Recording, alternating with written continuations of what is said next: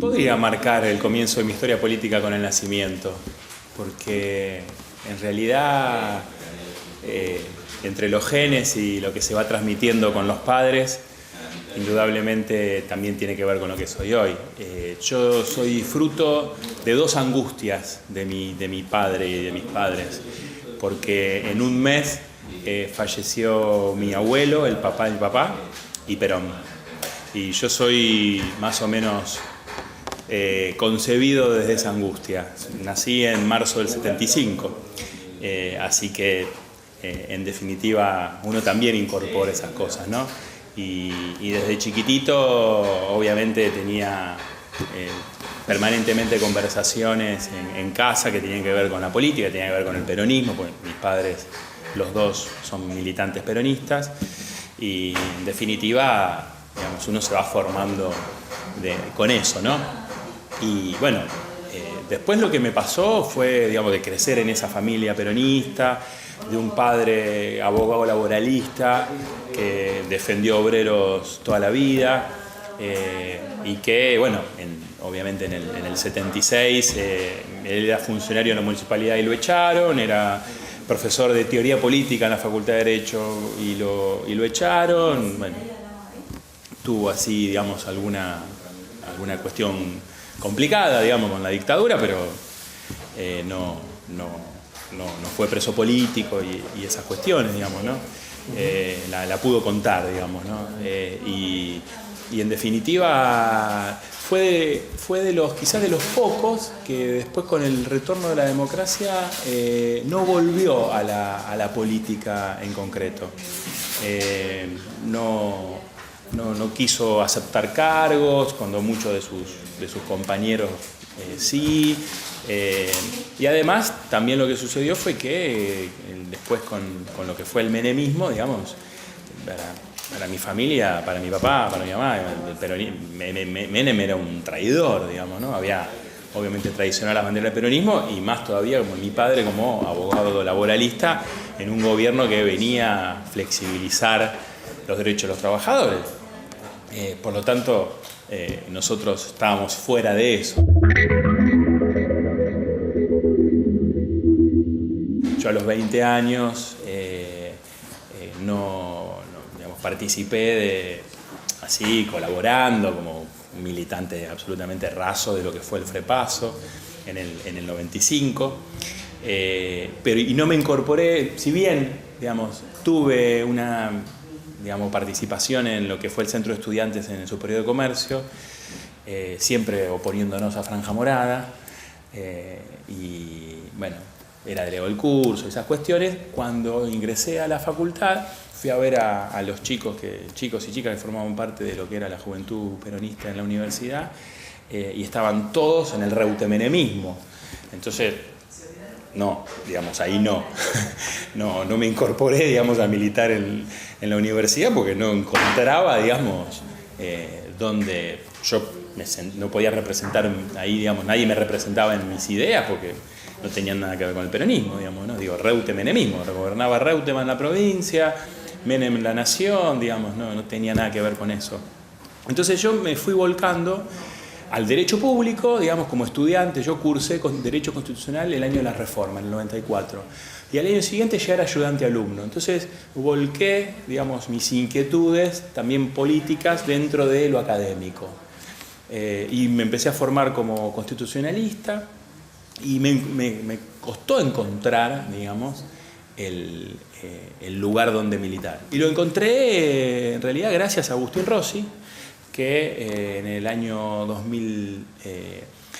primero, en realidad, Agustín me convocó cuando era presidente del Consejo en el 2003, porque quería que haga un estudio de los distintos presupuestos municipales, de los consejos municipales comparado, porque por la ley Borgonovo y todo eso que había pasado con la reducción de las bancas y todo eso, también se puso un límite al presupuesto de los consejos municipales, todo pleno gobierno también de Reutemann.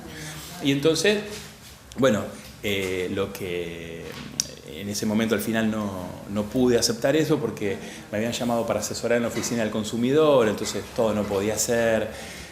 Yo también tenía mucho trabajo como abogado.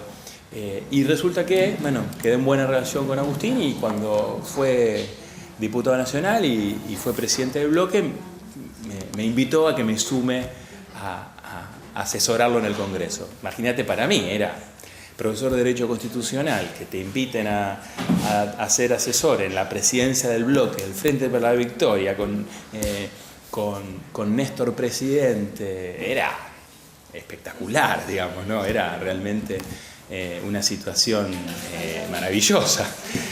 Así que obviamente que acepté, y fue una experiencia fenomenal, ¿no? Y bueno, yo sabía, digamos, que mi futuro no era un futuro, digamos, técnico, era un futuro político, y Agustín fue muy generoso en ir abriéndome puertas y tener la posibilidad de ir ocupando distintos lugares. En primer lugar, digamos, bien político, fue indudablemente ANSES. Bueno, la primera experiencia, digamos, que en definitiva es una mezcla, es un mix entre lo técnico y lo político, fue el trabajo en el Congreso, ¿no? Fueron 4 años, estoy hablando diciembre del 2005 a diciembre del 2009. Y si bien los 2 primeros años fueron años donde había una mayoría absoluta y, digamos, uno podría decir de alguna manera que las cosas pasaban como por un tubo desde el punto de vista de no tener, digamos, inconvenientes en aprobar proyectos, a partir de la 125, bueno, indudablemente esa situación se modificó. Nosotros a partir de ese momento no fuimos más mayoría, y tuvimos que hacer acuerdos con distintos sectores, lo cual yo creo que fue muy rico, digamos, para el kirchnerismo. Yo creo que las mejores cosas, exagerando quizás, ¿no?, pero me parece que aprobamos cosas muy importantes para la historia argentina justamente desde el momento donde perdimos esa mayoría. ¿Por qué tuvimos que generar quizás esa transversalidad que Néstor quiso generar apenas asumió como presidente? Se generó en los hechos, en los acuerdos parlamentarios que generaba Agustín, principalmente porque en senadores sí había una mayoría mayor, si se quiere. En cambio, en diputados había que generar la mayoría. Y lo generamos con sectores que no podían no votar lo que nosotros le proponíamos. O avalar las iniciativas que Cristina a lo mejor no las hacía pasar por el Congreso, pero eran indiscutibles, como la asignación universal por hijo, o tomando agendas de progresistas, de sectores de izquierda, de centroizquierda. Entonces, la verdad es que esos 4 años fueron maravillosos, sobre todo a partir de la 125, digamos, hasta que me fui del Congreso, que me fui cuando Néstor asumía como diputado, digamos, ¿no? Lo cual, bueno, son de esas imágenes que a uno, digamos, no se le borra más, tomando mate con Néstor el día de su asunción. Se me pone la piel de gallina, digamos, ¿no? Son, la verdad, experiencias imborrables. Y yo te puedo asegurar que, más allá de que yo no era un protagonista, digamos, físico, en el sentido de ser un protagonista político, sino que uno estaba atrás, lo que a mí me marcó, el placer, la experiencia que a mí me generó eso, creo que no ha sido igualada a después cuando yo fui protagonista. Es decir, yo después fui jefe de ANSES y era otra cosa y me encantó y fue un placer enorme. Pero esa experiencia, quizás por ser quizás la primera, fue realmente una experiencia que me marcó muchísimo, ¿no? Bueno, lectura del campo nacional y popular, digamos, ¿no? Desde, obviamente, a Perón, Jauretche, Scalabrini Ortiz, digamos, en general, digamos, distintos autores que tenían que ver con el peronismo, Fermín Chávez, no sé, Fernández Arregui, no sé, o sea, todas cuestiones que tenían que ver con una cultura nacional y popular. Mi padre tiene una muy buena biblioteca, entonces, bueno, uno iba a pispear por ahí, y las referencias políticas eran Perón y Evita, o sea, justamente, digamos, también producto de esta situación, de haber perdido la nación, digamos, de no haber ganado las elecciones en el 83 y que gobierna Alfonsín, y que tampoco, digamos, las referencias en el peronismo de Santa Fe tampoco eran, digo, Bernet y Reviglio tampoco era, digamos, para digamos, golpearse el pecho. Entonces, bueno, en definitiva, lo que a mí me pasaba era que uno no encontraba así unas referencias más actuales, ¿no? Quizás En su momento, yo me acuerdo que mi padre apoyaba a Cafiero en la interna con Menem, digamos, ¿no? En ese intento de renovación y todo eso, pero digo, tampoco, digo, nada podía, digamos, suplantar o ocupar un espacio de una referencia como eran Perón y Evita, ¿no? Eso recién se pudo dar con Néstor y Cristina, digamos, recién no decir, bueno, a ver, Perón y Evita en el nacimiento, en la historia del movimiento nacional justicialista, digamos, y como una continuidad histórica, digo, desde Irigoyen o de otra línea histórica, no sé si querés desde Rosas, ¿no? U otros próceres, bueno, indudablemente tuvimos que esperar muchísimos años para encontrar a dos referentes como Néstor y Cristina que, digamos, volvieron a llevar adelante políticas netamente peronistas y a levantar las tres banderas del peronismo de soberanía política, independencia económica y justicia social.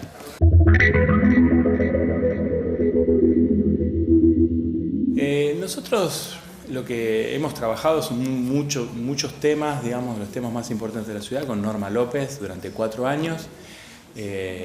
Con Norma somos como hermanos, digamos, porque, bueno, trabajamos juntos en el Congreso junto a Agustín, después nos separó la función que fue cumpliendo cada uno, nos unimos, digamos, 4 años, 2011-2015 en el Consejo, Norma continuó, yo volví al llano, digamos, y ahora es la primera vez que nos encuentra juntos en una campaña electoral, lo cual es un placer enorme porque Norma es una extraordinaria militante, ¿no?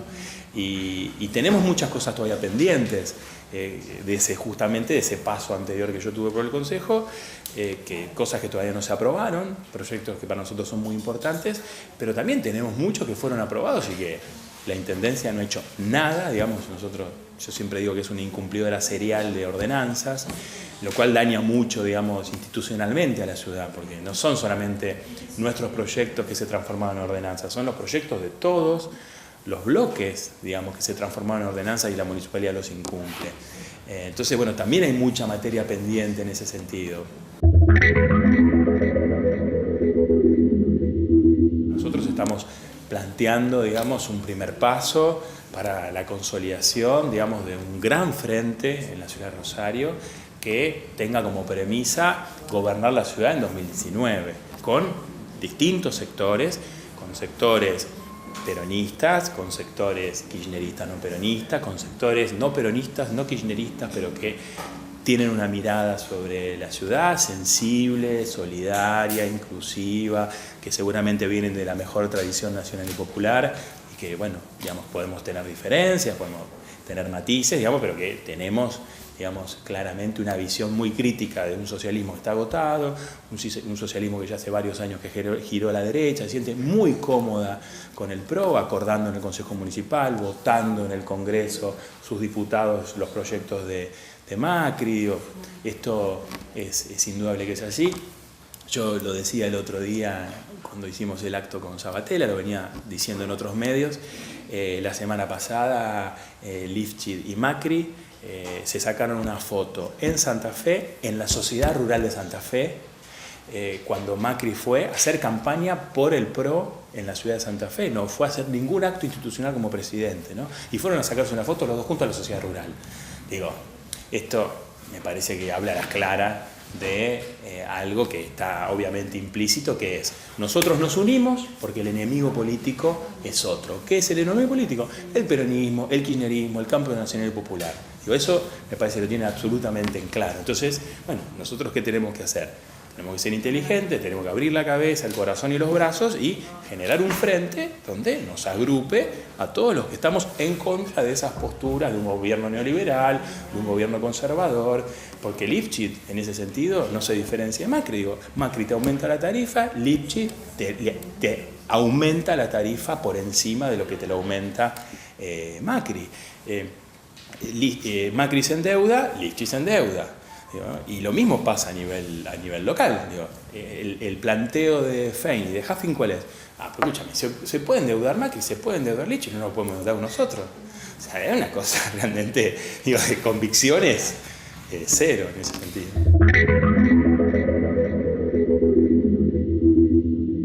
Hoy lo que se da es una mixtura, digamos, muchísimo más problemática que la de hace 1 año y medio atrás, hace 2 años atrás. hoy en Rosario hay hambre, digamos, y ese hambre, indudablemente, en primer lugar está generado por políticas nacionales que generan ese hambre, que es endeudamiento, enfriamiento de la economía, tarifas o desocupación, y apertura de importaciones, etcétera, digamos. Es decir, todo eso genera hambre. Lo vemos en los barrios, lo vemos en las escuelas, lo vemos en cada lugar. En Rosario hoy hay hambre. En algunos barrios están empezando a hacer ollas populares. Entonces, digo, esa situación no se puede soslayar. Entonces yo no puedo decirte el principal problema de la ciudad es el transporte cuando hay hambre en la ciudad. Ayer fuimos al Consejo de Niñez que se organizó en la Plaza San Martín, fuimos a hablar con chicos del centro de estudiantes y le preguntamos, chicos, ¿cuál es el principal problema que tienen ustedes? Tenemos hambre, nos dijeron. Entonces, digo, yo podría decirte, el problema de los jóvenes es la deserción escolar, las adicciones, la estigmatización, el intento de baja imputabilidad, la falta de un proyecto de nación que los incorpore y le dé cabida con igualdad de oportunidades entre los sectores más acomodados y los sectores más vulnerables, la problemática de las niñas, del embarazo adolescente, digo, podríamos decir toda la problemática de la niñez, de la juventud, y decir, bueno, sobre todo esto nosotros tenemos proyectos. Y es más, quisimos volcar proyectos de nación y la provincia y la municipalidad tratando de impedir, tratando de bloquear, tratando de ningunear esos proyectos que venían de nación. Ahora, hay situaciones que hoy están, que antes no estaban. ¿Qué es lo que vemos nosotros? Que desde la municipalidad no se hace nada para mejorar una situación que viene mal desde nación. Indudablemente no va a poder solucionar todo, pero no amortigua nada. Es decir, no es que hay una contraposición de las políticas. Mientras la municipalidad está haciendo política de inclusión, el gobierno nacional destruye política de inclusión. No, en realidad el gobierno nacional destruye políticas, digamos, de desarrollo, de industrialización, de generación de empleo, de inclusión. Todas las políticas había llevado adelante el kirchnerismo, pero la municipalidad no tenía esas políticas. Y nosotros tenemos ejemplo claro. Cuando yo asumí en ANSES en diciembre del 2009, mientras Cristina creaba la asignación universal por hijo, Lifchi cerraba los centros Crecer. Y cuando nosotros quisimos crear los jardines maternales en Rosario, hasta antes de que lo propuso el gobierno nacional, en el 2014 lo propuso el gobierno nacional y la municipalidad no quiso crear jardines maternales pagados por la nación. La nación pagaba los playones y los jardines maternales en los barrios de la ciudad de Rosario y la municipalidad no quiso. Entonces, digo, no trabaja el tema de adicciones, de alcohol y drogas, como lo debería trabajar, de manera descentralizada, en los centros de salud. Entonces, digo, también uno ve toda esa cuestión, que es obviamente una mirada absolutamente ideológica. A eso hay que agregarle otros errores históricos que ha cometido la municipalidad, porque si hablamos que Rosario ha expulsado a familias a vivir fuera de Rosario, ha expulsado industrias, no ha tenido una política industrial en 12 años de crecimiento económico, la ordenanza de suelo industrial es del 2013, 10 años después de crecimiento económico. No hay parque industrial en la ciudad de Rosario municipal y lo que se ha fomentado es toda una especulación inmobiliaria a la vera del río que fue producto de todo un plan de Lifchi y de Mónica Levín. Entonces, digo, estas cuestiones hay que dejarlas también en claro porque es una ciudad que realmente ese espíritu progresista, socialista con el cual empezó Caballero en el 89, digamos, se fue diluyendo hasta tener, digamos, lo que tenemos hoy, que es, digamos, un gobierno que es absolutamente conservador, que, insisto, se siente muy cómodo. Pero entonces, ¿Rosario tiene problemas enormes, por ejemplo, de transporte? Sí, claro que los tiene, digamos, ¿no? ¿Quién empezó a fundir el sistema de transporte en la ciudad de Rosario? Wiener, que se vanagloriaba esa campaña diciendo tenemos el transporte más barato del país. Hizo fundir a todas las empresas menos a su amigo Bermúdez, ¿no? Que ¿quién es su amigo Bermúdez? El que tiene el monopolio del servicio público de transporte en Rosario y el interurbano con todas las líneas que son rentables. Y la municipalidad gestiona todas las líneas que son deficitarias. Y nosotros venimos diciéndolo hace años. Nosotros tenemos que tener un sistema de transporte de pasajeros que sea 100% estatal y que sea 100% administrado por el Estado. Pero la municipalidad no quiere eso, digamos, ¿no? Porque no cree en esa idea del Estado que tenemos nosotros con una visión peronista, digamos, ¿no? Entonces, son ¿qué vemos hoy? Que cada vez más personas se bajan del colectivo en lugar de subirse. Te subís al colectivo cuando no te queda otra.